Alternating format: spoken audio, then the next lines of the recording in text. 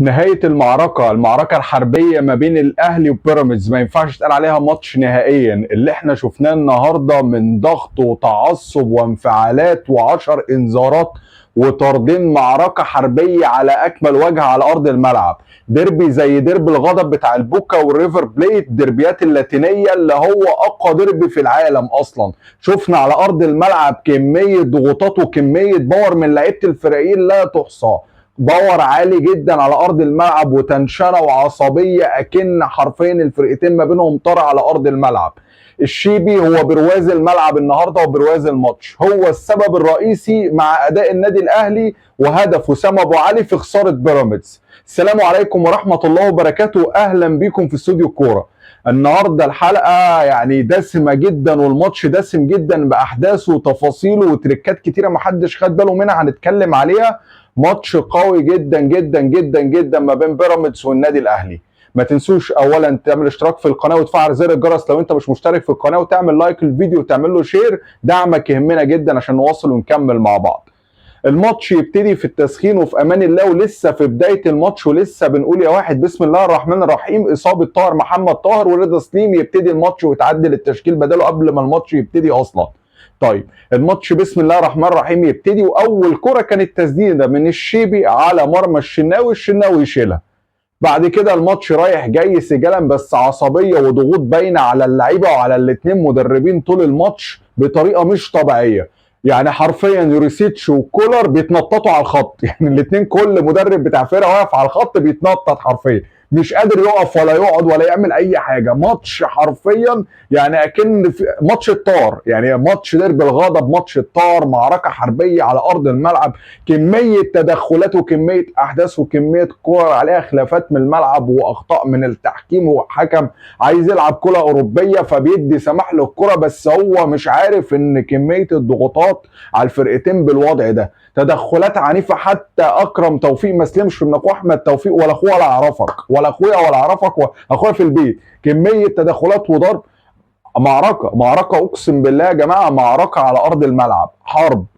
الماتش يمشي ازاي؟ يلا واحده واحده، الكور متبادله. الكره دي هي اللي حصلت من الشيبي التسديده، بعد كده الشيبي راح عامل واحده فزلكه كده، عايز يلعب الكره بالكعب، يضغط عليه رضا سليم ياخدها يلعبها لامام عاشور، امام عاشور ثرو يودي وسام ابو علي، انفراد متطرف شويه بس وسام ابو علي عالمي، فرود عالمي، ويا رب يكمل على المستوى ده مع النادي الاهلي، ويا رب يفضل في الاهلي لان وسام ابو علي لو كمل على مستواه وفضل يهدف وراح كمان وتالق في كاس العالم للانديه، هنقول له شابوه باي باي يا وسام، انا متاكد هيجي له عرض اوروبي قوي. فرود من احسن الفراوده، ما كانش احسنهم اللي عدوا على النادي الاهلي بالبورتفوليو ده. لعيب متكامل، طويل وهيدر وسريع وتارجت مان وفينشر، الله اكبر عليه، خمسه على وسام حرفيا. فرود ما عداش على الاهلي، يحط جون عالمي، يغمز الكره يا دوبك كده من جنب الشناوي بشماله مش بيمينه اصلا، وتروح في الجون مرتاحه وزي الفل. الماتش يخلص على كده. طبعا لقطه جت بساعتها يوريسيتش بيقلد يعني بيتريق او من كتر عصبيته على كره الشيبي، وان الشيبي بيلعبها بالكعب بيتفزلك، الراجل كان هيتجنن، هيجي له جلطه على الخط. يعني ازاي انت بتعمل كده شيبي في ماتش زي ده؟ شيبي طبعا اتضغط وهكذا، والماتش فضل سجالا رايح يجي. بعد كده كره تدخل مع كريم فؤاد مع وليد الكارتي، الكره تشوفها تقول فيها طرد يا انذار لكريم فؤاد وبنالتي البيراميدز. الكره دي على فكره قبل الهدف. طيب الكره دي باختصار لو جت كانت قلق، يعني لو اتحسبت بلانتي كانت قلبت الدنيا. الحكم طلع ذكي يعني لاحظ ان حته ان وليد الكارتي هو اللي راح لكريم فؤاد عشان يلبسه بالبلدي البلانتي، فالراجل يعني اخد باله من الكوره وما حسبش الكوره بنالتي، وراح طالع لريسيتش وهو طالع بيساله قال له مش بلانتي. الكوره شرحها له قال له هو اللي راح للكوره، فالكوره مش بنالتي، وكمل الماتش. الشوط الاول يخلص بس في كميه ضغوطات وانذارات. انا بكلمكم في ماتش يا جماعه فيه 5 انذارات للاهلي و5 انذارات لبيراميدز، وكارت احمر لخالد عبد الفتاح وكارت احمر للشيبي. طب الاحداث تكمل والماتش يتضغط والدنيا تمشي في الماتش واحده واحده تاني. وبيراميدز على فكره، بيراميدز كل الناس كانت تقول وحتى الاستوديوهات التحليليه بتتكلم ان بيراميدز هيدي الاهلي الكوره وهو يبتدي يلعب على هجمات المرتده. اللي حصل غير كده، بيراميدز راس براس وهجمه بهجمه وند بند. والله يا جماعه ماتش ديربي البوكا والريفر، انا بتفرج على البوكا والريفر على الارض، ما بتفرجش على اهلي وبيراميدز. ماتش بالقوه يعني والضغط وحماسه اللعيبه، واللعيبه محموقه، اللعيبه بتغل بتجيب نار حرفيا اللعيبه عندها باور مش طبيعي. لا انا هسيبك ولا انت هتسيبني ولا لينا طار عند بعض، القصه كلها ماشيه كده. طيب ايه اللي حصل بقى في الموضوع ونكمل مع بعض؟ اكتر من كرة خطرة برضو، ابتدينا بقى التدخلات العنيفة والانذارات تشتغل هنا وهنا وهنا وهنا، وكرة هنا وكرة هنا وكرة هنا، وانذارات وتدخلات. ينزل بعد كده امام عاشور في تدخل قوي يحصل معاه، امام عاشور يعني رجله تتجلط من الجنب ويطلع ينزل قفشه، قفشه يوزن الملعب والاهلي يمسك الملعب اكتر.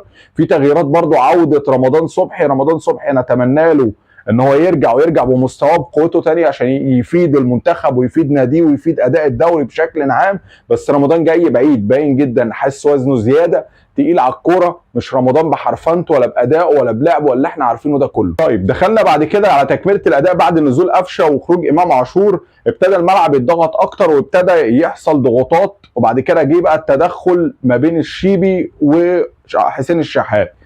الشيبي جاي من اليمين مخصوص لحسين الشحات، جاي ياخد بطاره، مش هتتقال غير كده، جاي ياخد بطاره من حسين الشحات، من القلم بتاعه اللي رفعوا عليه قضيه والقصه اللي كلنا عارفينها، جاي ياخد بالطار، جاي واخد البار واخد في وشه، جاي من الباك اليمين رايح للباك الشمال على ناحيه حسين الشحات، ويسيب الكوره يسيب الدنيا داخل في قصبه رجله بالاسترزات بتاعت الجزمه اللي هي انا اسف داخل يدشمله مش داخل يكسره، يعني داخل يكسر حسين الشحات حرفيا. دخل عليه في قصبة رجله واحدة، يعني الحكم الأول قال لك إنذار، بعد كده الفار كلمه رجع اداله الطرد على طول ولغى الإنذار وطلع الشيبي. الراجل يوريسيتش كان واقف هيتجنن بره على الخط صراحة، الراجل هيتجنن. في لقطة برضو مهمة حصلت في الماتش، مصطفى فتحي طبعا التغييرة بتاعته ان هو نزل زلاكا وطلع مصطفى فتحي. التغييره دي باختصار كده، مصطفى فتحي هو طالع ما رضاش يسلم على المدرب ومعترض على التغيير ووشه اتقلب. طب انت مصطفى فتحي انت مش في الفورمه ومش مأدي. زلاكا نزل حرفيا عمل دوشه وكان هيجيب نصيبه وهيعمل نصيبه على للنادي الاهلي، وكان ضربه جزاء، وبص لعيب عامل دوشه، وزلاكا ضيع كوره لو جات له 1000 مره في الستة ياردة ما تضيعش، يا دوبك الكوره تربكه من الاهلي، من الكوره توصل لفجر لقايت تروح يتلعبها اتخبط في رامي ربيعه تغير تبقى قدام زلاكا والشناوي بعيد، زلاكا حطها فوق الجون. الكوره لو 1000 مره هيجيبها، اتسطرت مع النادي الاهلي والاهلي كمل الماتش من كتر الاحداث الواحد مش عارف يقول ايه ولا انهي نقطه، ولا يروح فين يمين ولا شمال. الماتش يا جماعه ممتع بطريقه مش طبيعيه ويخليك يعني تتضغط بنفس ضغطه يعني الواحد قاعد بيتفرج مضغوط بنفس الاسترس اللي في الملعب، ما نقول لك بره، انت قاعد بره تتفرج على الماتش والاسترس انت حاضره. اول ما الشيبي اتطرد من هنا، والمدير التنفيذي الاستاذ مدير التنفيذي النادي بيراميدز اوكي قال لك يا باشا السلام عليكم وعليكم السلام، راح واخد بعضه وماشي. ساعه طرد الشيبي بالظبط، يعني الراجل في ساعتها يلا انا ماشي وساب الملعب. في بقى احداث كمان يعني غير طرد الشيبي راح طالع، الشيبي حرفيا عايز يكمل خناقه في الملعب، مش قابل بالطرد وشويه عايز يرجع يشد مع اللعيب دوت، واللعيبه دخلت على بعض وحسين الشحات قاعد مؤدب ما بيعملش اي حاجه. اللعيبه البيراميدز عماله تيجي ويضغط والشيبي مش عايز يسمع لحد، فين وفين لغايه اما طلع بالملعب راح قلع التيشيرت، راح رافع للجماهير التيشيرت بتاع بيراميدز وانا اهو بينكش الجماهير عشان ترد عليه وهكذا، واحداث طويله جدا. ممدوح عيد طبعا شاف اللقطه دي الرئيس التنفيذي البيراميدز قال لك يلا يا باشا، راح واخد بعضه وماشي.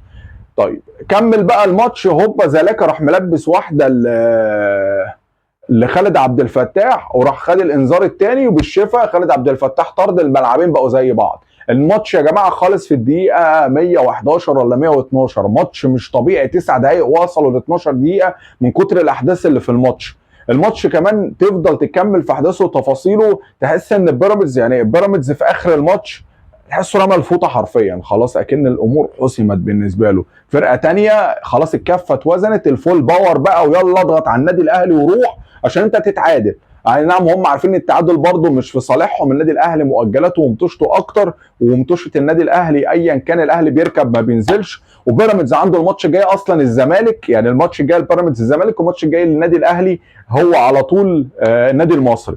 اصلا كده بعد نتيجه المباراه دي بيراميدز لسه في الصداره ب 68 نقطه، بس لاعب 3 ماتشات اكتر من النادي الاهلي، والنادي الاهلي 66 نقطه و3 ماتشات اقل من بيراميدز، يعني الموضوع شبه حسم، ونقدر نقول بنسبه كبيره مبروك للنادي الاهلي، الا لو حصلت مفاجات في الماتشات اللي جايه. يعني الاهلي محتاج بيراميدز يكسب اللي فاضل له تمام، والاهلي يتعثر 3 مطوشه. ده الاحتماليه اللي صعبه قوي ان الاهلي يخسر 3 مطوشه او يتعثر 3 مطوشه والدنيا تبوظ معاه. نعم مطوشه الاهلي فيها صعبه وفيها المصري وفيها مودرن سبورت، فيها مطوشه صعبه، بس برضو ايا كان الاهلي بيركب ما بينزلش. واداء الاهلي اللي يعني اقوى فرقه كانت بتنافس الاهلي هو بيراميدز وكسبها رايح جاي، والاهلي كده رسميا يفك عقده بيراميدز في مطوشه الدور الثاني. وبدل ما هو كان بيراميدز 3 فوز و2 تعادل، بقى فيه الحمد لله اول فوز للنادي الاهلي. النادي الاهلي مع كولر شكل تاني واداء غير ووضعيه مختلفه تماما.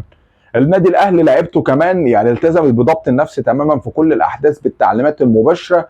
خالد بيبو لو تلاحظوا في اكتر من لقطه يروح للدكه اقعد، يروح للدكه، اللعيبه بتسمع في ثانيه، شكرا اسمع يا باشا، اقعد كذا. على عكس بيراميدز اللعيبه كانت خلاص شويه هتنزل في الملعب، انت لقيت اللعيبه من الدكه في وقت لقطه الشيبي جوه الملعب اصلا. احداث كانت صعبه قوي، وحرفيا ديربي الغضب الجديد، ديربي الغضب بتاع الشرق الاوسط حرفيا كده. وقال واحدا بيراميدز والنادي الاهلي الماتش ده حرفيا بعد كده استنوه انتم مرتاحين في اي وضع في اي دنيا. الماتش دوت بسبب الاحداث وان بيراميدز حاسس ان الاهلي حرفيا بقى بياخد منه كل حاجه. خلاص هو بيراميدز حط في دماغه ان الاهلي ده الهيد تو هيد بتاعي، انا راسي على طول هتبقى فيها صداع من النادي الاهلي. انا اول باول عندي مشكله مع النادي الاهلي، انا لازم ادور بكل الطرق ان انا هكسب بعد كده النادي الاهلي، انا هعطل النادي الاهلي. عايز يخش ضلع ثالث خلاص، او رسميا بيراميدز الضلع الثالث دلوقتي في الدربيات بتاعت الدوري المصري، اهلي وبيراميدز وزمالك، اهلي وزمالك وبيراميدز، قصه كده انتهت. وفي ماتش جاي هيبقى ما بين الزمالك وبيراميدز، بيراميدز هيحاول لاخر نفس في البطوله ان هو يكسب الماتش اللي جايه ويعوض. وبالمناسبه على فكره وسام ابو علي يرفع رصيده ل 12 هدف، وفيستون مايلي هداف الاول هداف الدوري 14 هدف، واعتقد وسام هيبقى هداف الدوري بالستايل ده وهيكمل، وربنا يكمل له على خير لانه يستاهل كل خير. يعني هو لاعب اقل نص موسم، يعني لاعب نص الموسم، لاعب بدا من يناير وعامل السلسله التهديفيه اللي ولا اروع ديت. وسام الله ينور عليك، يعني اداء حكايه. طيب بمناسبه بقى النادي الاهلي، النادي الاهلي النهارده جدد عقد عمرو السوليه لمده موسم كمان. يعني عمرو السوليه كان عقده ينتهي بنهايه الموسم الجاري، النادي الاهلي جدد له موسم كمان وهيبقى موجود. وفي تطورات اتكلمنا عن يحيى عطيه الله، يحيى عطيه الله يعني في خلال يومين ثلاثه ان شاء الله في النادي الاهلي بدون اي مقاطعات وبدون اي كلام، باعاره وفي بند شراء كمان، تفعيل الشراء النادي الاهلي يحق له ان يفعل بعد اعاره سنه تفعيل الشراء ليحيى عطيه الله. محمد علي بن رمضان المفاوضات برده بتزيد وبتقرب، الدنيا بتحلو ان شاء الله مع النادي الاهلي والامور هتتحسن. مبروك الفوز للنادي الاهلي والاداء الحكايه المحترم. اي نعم الثبات الانفعالي والماتش صعب قوي، الماتش حرفيا انا الماتش ده بالنسبه لي يساوي ماتش نهائي دوري ابطال افريقيا، مش اقل ستريس من كده. ماتش حسم الدوري، ماتش حرفيا كان معركه حربيه على ارض الملعب. اداء ولا اروع للنادي الاهلي واداء ممتاز. الله ينور الله ينور لبيراميدز كمان للروح والباور العالي في اللعيبه بتاعته، محموقه حرفيا لناديها وعايزه تعمل حاجه وتحقق اول بطوله ليها. بيراميدز صراحه الند والمنافس القوي الجديد في الدوري المصري. في نهايه الحلقه ما تنساش تشترك في القناه لو انت مش مشترك وتفعل زر الجرس، ولو عجبك الفيديو اعمل لنا لايك وشير للفيديو، واعمل لنا كومنت باي حاجه حابب نتكلم فيها الفتره الجايه سواء في الانتقالات العالميه او المحليه او اي تفاصيل او نادي مهتم بيه. كنتم مع استوديو كوره، والسلام عليكم ورحمه الله وبركاته.